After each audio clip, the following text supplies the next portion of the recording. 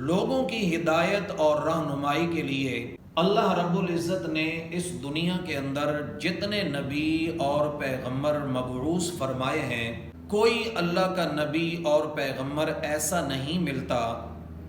کہ جن کا تذکرہ ان کی ولادت سے پہلے دنیا کے اندر ہو چکا ہو۔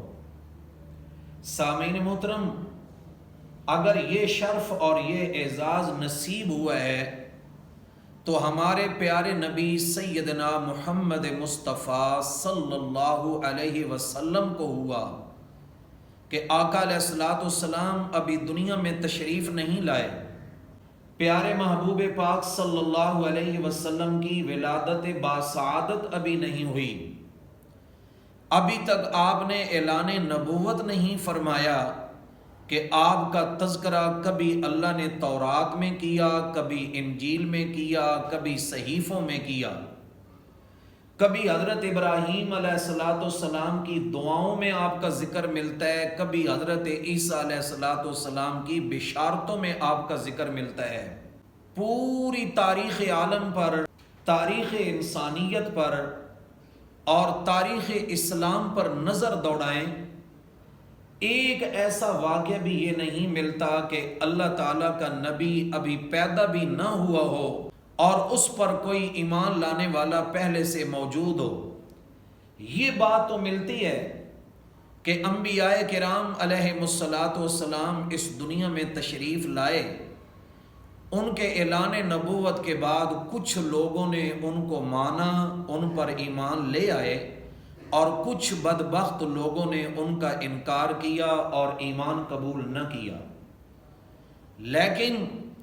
یہ شرف اللہ تعالیٰ نے پیارے آقا صلی اللہ علیہ وسلم کو دیا کہ آپ صلی اللہ علیہ وسلم کا نبوت کا اعلان کرنا یہ تو دور کی بات ہے، آقا علیہ السلام کی بعثت اور آپ کی ولادت سے بھی بہت پہلے یمن کا ایک بادشاہ طبہ حضور علیہ السلام پر پہلے سے اپنے ایمان کا اعلان کرتا ہے۔ سامعین محترم، یمن کے جتنے بادشاہ تھے ان بادشاہوں کا لقب طبہ تھا، جس طرح کیسر روم کے بادشاہوں کا لقب تھا،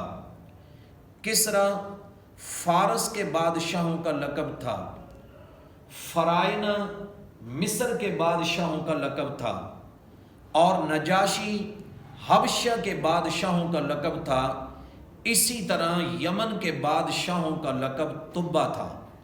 اور یہ طبہ اکبر تھا کہ جس نے پہلے سے تورات کے اندر، انجیل کے اندر حضور علیہ السلام کے حالات اور نبی آخر الزمان صلی اللہ علیہ وسلم کی جائے پیدائش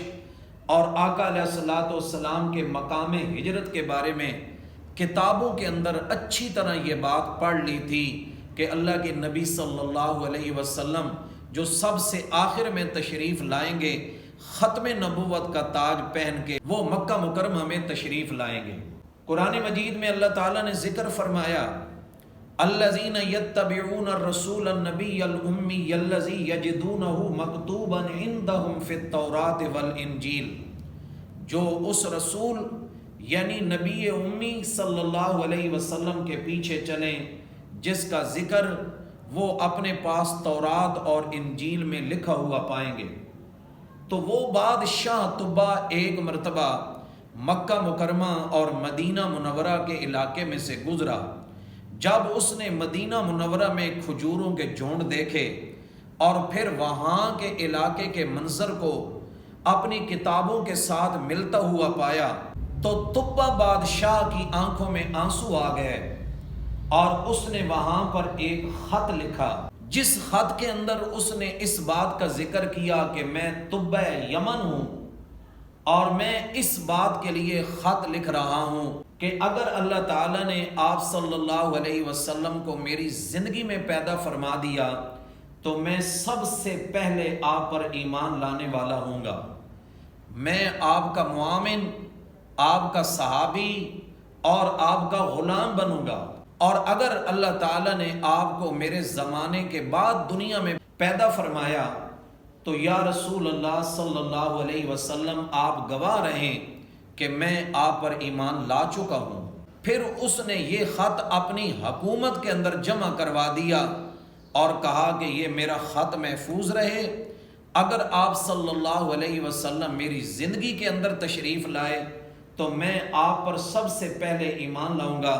اور اگر آپ صلی اللہ علیہ وسلم میرے بعد دنیا کے اندر تشریف لائیں تو پھر میرا یہ خط امانت ہے، اسے آپ صلی اللہ علیہ وسلم کے پاس پہنچا دیا جائے تاکہ آقا علیہ الصلوۃ والسلام اس خط کو پڑھ کر قیامت کے دن میرے ایمان کی گواہی دیں۔ سامعین محترم، پوری تاریخ کے اندر یہ بات کہیں بھی نہیں ملتی کہ اللہ کا کوئی ایسا نبی اور پیغمبر بھی ہو گزرا ہو کہ جن کی ولادت باسعادت سے پہلے ان پر ایمان لانے والے موجود ہوں۔ سبحان اللہ، یہ شرف، یہ مقام، یہ رتبہ، یہ رفعت صرف اور صرف اللہ تعالیٰ نے آمنہ کے لال عبداللہ کے در یتیم سیدنا محمد مصطفیٰ صلی اللہ علیہ وسلم کو نصیب فرمائی کہ ابھی تک آقا علیہ الصلوۃ والسلام دنیا میں تشریف نہیں لائے، لیکن آپ پر ایمان لانے والے، آپ کی خاطر اور آپ کی محبت میں گردنیں کٹوانے والے پہلے سے موجود تھے۔ نہ جب تک کٹ مرو میں خواجہ یثرب کی حرمت پر، خدا شاہد ہے کہ کامل ایمان میرا ہو نہیں سکتا۔